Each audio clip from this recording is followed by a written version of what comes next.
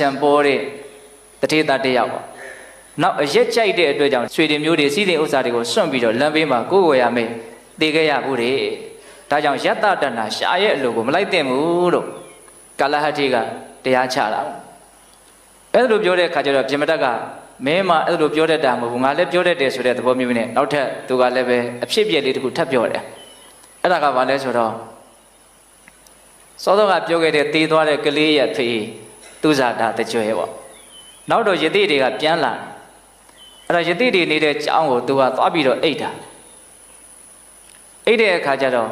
ညမှာတရားမင်းကအဲ့ဒီယတိတွေကိုလာပြီးတော့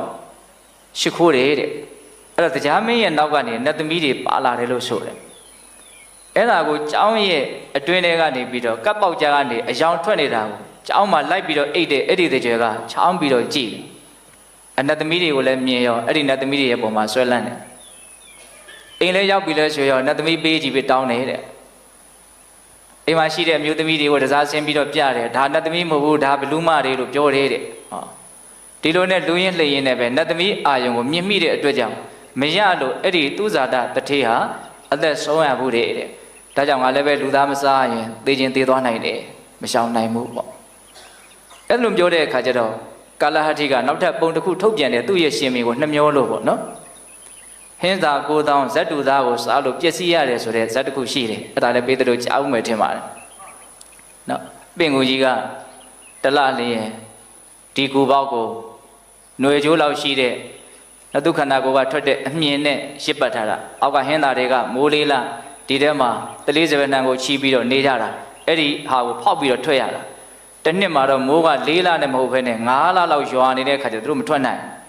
အဲ့တော့ဒီဟင်းသားတွေကဘာလုပ်ကြတော့စားစရာမရှိတော့အချင်းချင်းစားကြတာအချင်းချင်းစားတဲ့ခါကျတော့ဒီຫນွေဒီပင့်ကူရဲ့အမြင်တွေကိုဖြတ်ပြီးတော့ဖောက်နိုင်တဲ့ဟင်းသားကအားမရှိတော့သူမဖောက်နိုင်ဒါကြောင့်မလို့ပင့်ကူကအဲ့ဒီဟင်းသားတွေအကုန်လုံးကိုကူထဲမှာတကောင်ပြီးတကောင်စားတာဇတ်တူသားကိုစားတဲ့အတွက်ကြောင့်အားပြက်ပြီးတော့ဟင်းသားကိုတောင်ပျက်စီးခဲ့ရဘူးတဲ့ဒါကာလဟတ္ထိကလူသားကိုမစားဘူးတရားချတာပေါ့နော်အဲ့လိုပြောတဲ့အခါကျတော့ပြမတတ်ကထပ်ပြီးတော့ပုံတစ်ခုပြောမယ်လို့သူကလည်းစဉ်းစားတာအဲ့ဒီမှာတီးမခံနိုင်တဲ့လူကဘယ်သူလဲဆိုတော့ဝိုင်းဝန်းကြည့်နေကြတဲ့ပြည်သူလူထုတိုင်းသူပြည်သားကတီးမခံနိုင်တော့ဒီလောက်ဆိုးတဲ့ရှင်မင်းတိုင်းပြည်နဲ့မတန်ဘူးနှင်ထုတ်ရမယ်ဆိုပြီးတော့အကြမ်းဖက်ကြတာပေါ့နော်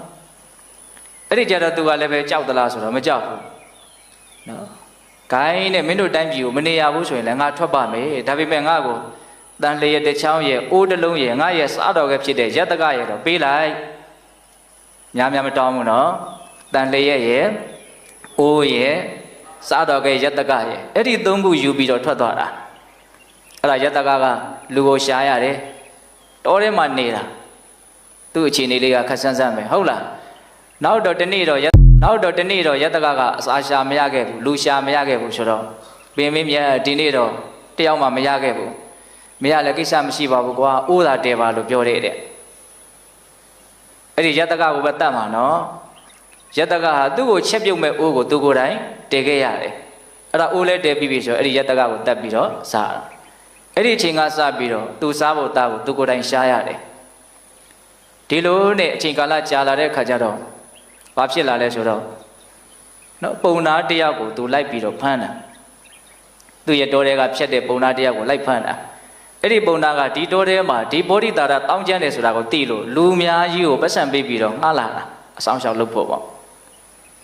ပေမဲ့ तू ကမကြောက်ဘူးငါဟဲ့ဘောဓိတာရဆိုပြီးတော့ဖမ်းတာအဲ့ဒါလူတွေကအကုန်လုံးပြားပြားဝဲရတယ်သူ့ရဲ့အရှိန်ကလည်းရှိတယ်ဒါမဲ့လူတွေကဒီပုံနာကိုဖမ်းသွားပြီလဲဆိုရောသူ့စီကပတ်စံယူထားတာတို့ဒီတိုင်းလက်လွတ်လိုက်တော့အဆင်မပြေသေးဘူးဆိုတော့ဝိုင်းပြီးတော့ညာတန်းပြီးပြီးတော့လူအားနဲ့သူ့ကိုလိုက်ကြတာအဲ့ဒီတော့လဲသူနည်းနည်းတော့ထိတ်လန့်မှုရှိတယ်ပေါ့အဲ့ဒါနဲ့ပုံနာကိုထမ်းပြီးတော့သူပြေးတာပြေးနေဦးဇင်းတို့ဒီခြုံဘုတ်တစ်ခုကိုကြော်လိုက်တဲ့အခါမှာဟိုဘက်ကရှားငုတ်တို့ကိုသူခြေအောင်နဲ့တက်ပြီးတော့နင်းမိအဲ့ဒီမှာသူတန်ရရတယ်ရတဲ့ခါကျတော့ဒီတိုင်းပြေးလို့တော့မလွတ်ဘူးဆိုပြီးတော့အဲ့ဒီပုံနာကိုချထားခဲ့တယ်နောက်ကလူတွေကလည်းပဲပုံနာရပြီကို့အရှင်သခင်ရပြီဆိုတော့ဆက်မလိုက်တော့ဘူးပေါ့အဲ့ဒီမှာဖြစ်လာတဲ့အနေအထားကဘာလဲဆိုတော့ဒီခြေထောက်ကိုစူးမိတဲ့ရှားငုတ်တန်ရကမပြောက်ဘူးအဲ့တော့ဘာလုပ်လဲဆိုတော့အဲ့ဒီနားမှာအလွန်ကြီးတဲ့ညောင်မကြီးတစ်ပင်ရှိတယ်သူနေတဲ့နေရာပေါ့ တစ်ပင်ကြီးအရန်ကြီးပြီဆိုရင်ဒီပင်မှာတစ်ပင်ဆောင်တက်ရှိလိမ့်မယ်လို့တော့ထင်ကြတာပေါ့နော်တကယ်လေအဲ့ဒီပင်ကြီးကညောင်မင်းဆောင်တက်ကရှိနေတယ်အဲ့တော့ဗောဓိတာရကဘာလုပ်လဲဆိုတော့ညောင်မင်းဆောင်တက်မင်းကိုတိုင်တယ်တဲ့ဒီအနာကို9ရက်အတွင်းသာပျောက်အောင်လုပ်ပေးနိုင်မယ်ဆိုလို့ရှိရင်တရားတစ်ပါးသောမင်းတို့ရဲ့သွေးနဲ့ပူဇော်ပါမယ်ရောအဲ့လိုတိုင်တယ်လားအဲ့ဒါနတ်ကမလို့သူ့ရဲ့အနာကပြောင်းလဲသွားတာတော့မဟုတ်ဘူးဘာမှမစားရမတော့ရလို့ဒီတိုင်းကြီးနေတဲ့အခါကျတော့အနာကမန်းတိတ်ပြီးတော့ခြောက်ပြီးတော့ပျောက်သွားအဲ့ဒီအနာပျောက်သွားတာကံဆိုးတာပဲနော်အနာပျောက်သွားပြီဆိုတော့ဘသူရဲ့တကိုးကြောင့်ပျောက်တယ်လို့သူထင်တော့နတ်ရဲ့တကိုးကြောင့်ပျောက်တယ်လို့ထင်တာနော်ဒါကြောင့်နတ်ဟာသူ့ကျေးဇူးရှင်ဖြစ်သွားတယ်အဲ့ဒါနဲ့ငါဂရိတီရမယ်ဆိုပြီးတော့တရားတစ်ပါးသောမင်းတွေကိုဖမ်းဖို့သူကြိုးစားနေတယ်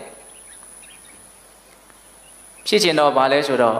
လွန်ခဲ့တဲ့ဘဝကသူနဲ့တငယ်ချင်းတော်ခဲ့တဲ့ဘလူးကမသေးဘူးရှိတယ်အဲ့ဒီဘလူးကသူ့ကိုဗဒလက္ခဏမန္တန်ဆိုတာပေးတယ်တဲ့အကြားအတောင်မှန်တက်ပေးလိုက်တယ်လို့မျိုးပေါ့ဟုတ်လားသူပို့ပြီးတော့စွန့်သွားတယ်အဲ့ဒါနဲ့မင်းတွေကိုအများကြီးလိုက်ဖမ်းတယ်ဖမ်းရတိုင်းသောမင်းတွေကိုသူကလက်ဖွားကိုဖောက်ပြီးတော့အဲ့ဒီညောင်မဲမှာခြေထောက်နဲ့မြေကြီးနဲ့မထိတတိအနေထားမျိုးနဲ့တွဲလောင်းဆွဲတာရဲလဲရက်ဆက်တယ်ပေါ့နော်အဲ့လိုမင်းတွေတော်တော်များများဖမ်းပြီးပြီဆိုတော့ညောင်မင်းဆောင်တက်ကစိတ်ပြက်တယ်ပေါ့နော်သူ့ညောင်မင်းအောက်မှာတကယ်ကိုသွေးတန်ရဲရဲနဲ့ကြက်သေးမရှိမင်္ဂလာမရှိသူလည်းဘာမှလုပ်ပေးရတာမဟုတ်ဘဲနဲ့သူ့ရဲ့ကျေးဇူးဆက်ပုံကြီးကစိတ်ပြက်စရာကြီးပေါ့နော်အဲ့ဒါနဲ့ဒါကိုဘယ်လိုလုပ်ရမလဲဆိုတော့ तू မတားတတ်ဘူးအဲ့ဒါနဲ့စတုမာတဲ့နမကြီး၄ပါးစီကိုသွားပြီးတော့အကြောင်းကျိုးသွားပြောတယ်တဲ့ဒီကိစ္စဘယ်လိုကင်တွယ်ရမလဲပေါ့ငါတို့စီကိုလာပြီးတော့အကြံဉာဏ်မတောင်းနဲ့တဲ့ပြဿနာပေါင်းများစွာကိုတပြိုင်တည်းဖြေရှင်းနေတယ်တရားမင်းဒီကိုသွားပြီးတော့အကူကြီးတောင်းကြည့်အဲ့ဒါညောင်မင်းဆောင်တက်ကတရားမင်းဒီရောက်သွားတယ်တရားမင်းဆိုတာကတကယ်လဲညံကောင်းတယ်ပေါ့နော်မြင်တယ်ဘာမြင်လဲဆိုတော့ပညာရှိတဲ့ပုဂ္ဂိုလ်တယောက်နဲ့တွေ့မှသာလေဒီပြဿနာအခက်ခဲဟာပြေလည်နိုင်လိမ့်မယ်ပေါ့အဲ့ပညာကဘယ်သူရှိလဲလို့ကြည့်လိုက်တော့ဇူရိကျွန်းမှာတုဒ္ဒသမကိုမှီတဲ့ပညာကြီးတဲ့ပုဂ္ဂိုလ်တယောက်မှမရှိဘူး